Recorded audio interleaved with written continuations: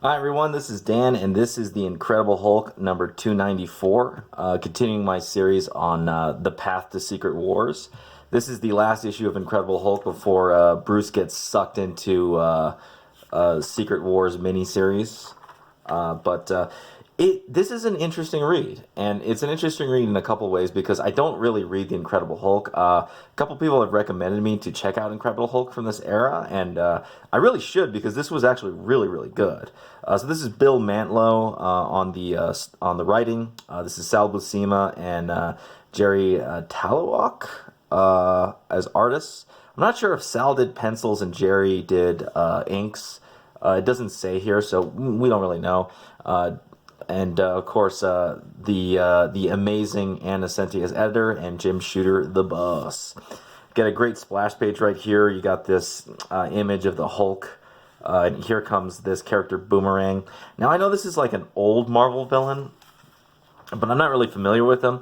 I just know the introduction. This is classic Jim Shooter era techniques. You can see the thought bubbles right here. It really does a good job of introducing the character. You know, this is amazing. Like, I have no idea who this character is, but in one page, I know who he is. Right here, he's an assassin. His services come at a premium.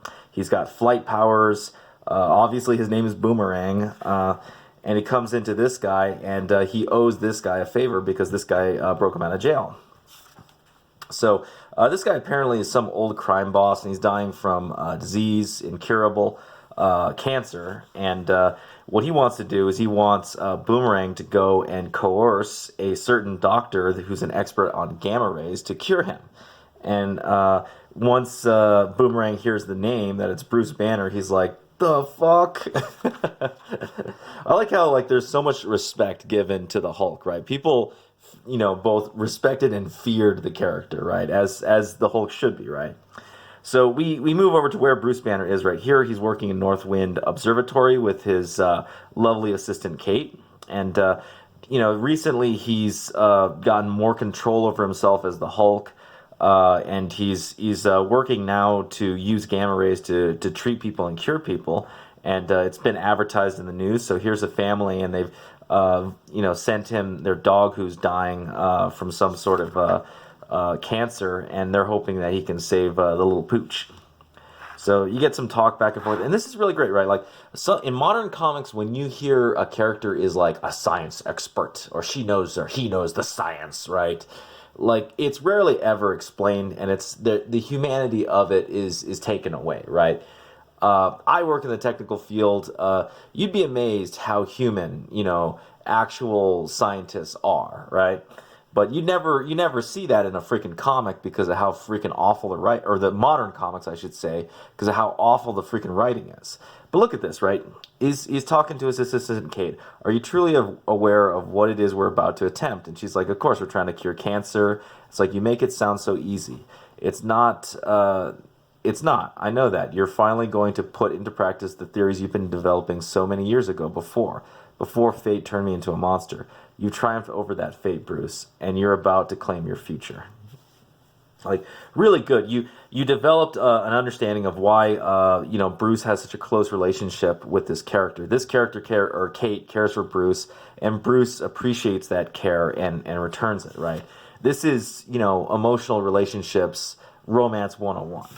Right, so their system points the thing to space. We get some pseudo sci-fi. They use gamma rays, and dog gets super green, but he gets cured of cancer. The family's happy, and for the most part, you get a really tender scene between Kate and Bruce. Talking about going out to dinner and hanging out. And you get this little "Here comes Boomerang" behind the scene. And then Bruce goes to take a shower. He's kind of inner monologuing. This is like classic right here. He's thinking to himself like, I've finally done it. I've mastered myself. I can control being the Hulk. I can control being a man, a human being. Right? I'm not a monster. Yeah, this is what the Hulk should have been in the freaking movies. Right? This is why I'm not a huge Mark Ruffalo fan for the movies, because this is who the Hulk should be, right? It should be a constant conflict of mastery, right, and not like this freaking little cucklord. Like just I don't know. I'm not gonna go on a rant about the movies. I'm not a big fan of Mark Ruffalo as the Hulk. That's the quick and dirty. So we go into here, and here he's kind of imagining the Hulk attacking him, but then he's realizing he's the Hulk, right? So this is his own mind playing tricks on him. But then he hears Kate scream in the background, and that kind of resolves it. That he as a scientist can't save her, but the Hulk can. I like this. If this is a nightmare, it is a walk-in one. So go here. Did Mile High Comics back in the days just buy every single center punch right here? Like, this must have been frustrating to artists because they could never actually do a double-page spread because Mile High Comics always bought the damn advertising. So this is pretty cool. He runs out of the shower, grabs his undies, and we get into a fight between Boomerang and the Hulk. And this is great right here, and I'll explain why. The Hulk doesn't win. In fact, Boomerang actually kind of holds his own and actually beats and defeats the Hulk pretty easily. It's freaking great. And he's like very, very cognizant of the Hulk's capabilities, and he's not letting the Hulk, get any opportunities. He's keeping him down, and he's doing whatever it takes to disable. He ends up burying, most of the house on top of the Hulk, and he freaking bounces the hell out with Kate, and Boss Crime Guy shows up, and he kind of tells her, hey, if you want her back, you're gonna freaking cure me.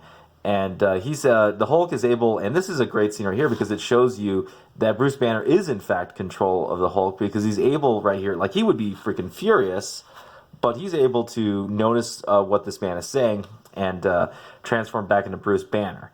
And obviously he's pissed, but he's also like, he wants to save Kate, so he's willing to do this, and kind of got some interesting subplot here for possibly a future issue. He cures the guy, he turns green, and I like this scene right here. I trust you'd like to remain that way, but you really won't enjoy your newly acquired health long if you don't tell me the whereabouts of my woman. This is like fantastic 3-panel work, right? This is like semi-static, right? It's not a static panel because this everyone's changing, but they're using the same shot perspective while it's going, and it makes the point very clearly that Bruce cured him, right? But he's fucking pissed, and he wants his freaking woman back, or someone's gonna get freaking tossed. You got this great one right here. So he gives them the address, right? And he leaps right out of the observatory. And here's my awful attempt at drawing that. It's actually not too bad, but I really goofed up his body right here. He looks like a sumo wrestler.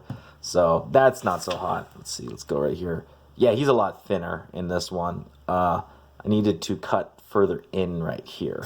Anyhow, he jumps into the park, and you have like this monologuing where he's going through Central Park. And this is where I think maybe Jim Shooter probably interfered a little too much because it really breaks apart this story a little too much. And it gets in place, so he sees the same Coliseum that Spider-Man saw. He gets kind of, something calls him forth, and he goes in and flashes, and he disappears into Secret Wars till the next issue where he battles with Boomerang, right? And very enjoyable issue just because I don't read Incredible Hulk, and I was kind of surprised at how good this was. But it was kind of interrupted by the tie-in with Secret Wars at the end, just because the story technically isn't complete, right? We still haven't had a resolution to the fight between Boomerang and Hulk saving Kate. Bruce Hulk saving Kate, right? But, enjoyed the issue. Really good classic 1980s Marvel. Not as good as the last one. I did a much better job on that Hobgoblin Spider-Man. I could have done a better job on this guy. I actually, because this was taken up by word bubbles and narration boxes, I actually had to kind of figure out how I wanted to do this. So I figured, well, it's nighttime, so I'll cover it up, and then maybe this is background clouds, but I really should have put more of a cloud-like outline to this. This kind of looks just weird. Yeah, and he's fat, so I need to change that. Freaking Hulk isn't fat, he's just ripped. Anyhow, that's it for this review. Let me know what you think. If you liked it, please hit the thumbs up. Subscribe if you haven't subscribed. Hit the bell for notifications. If you have any comments on the Incredible Hulk 294 or, just Incredible Hulk stories from the 1980s, leave them down below. Or if you, have any comments on the art, leave them down below. Criticism is always welcome. and I will see you next time.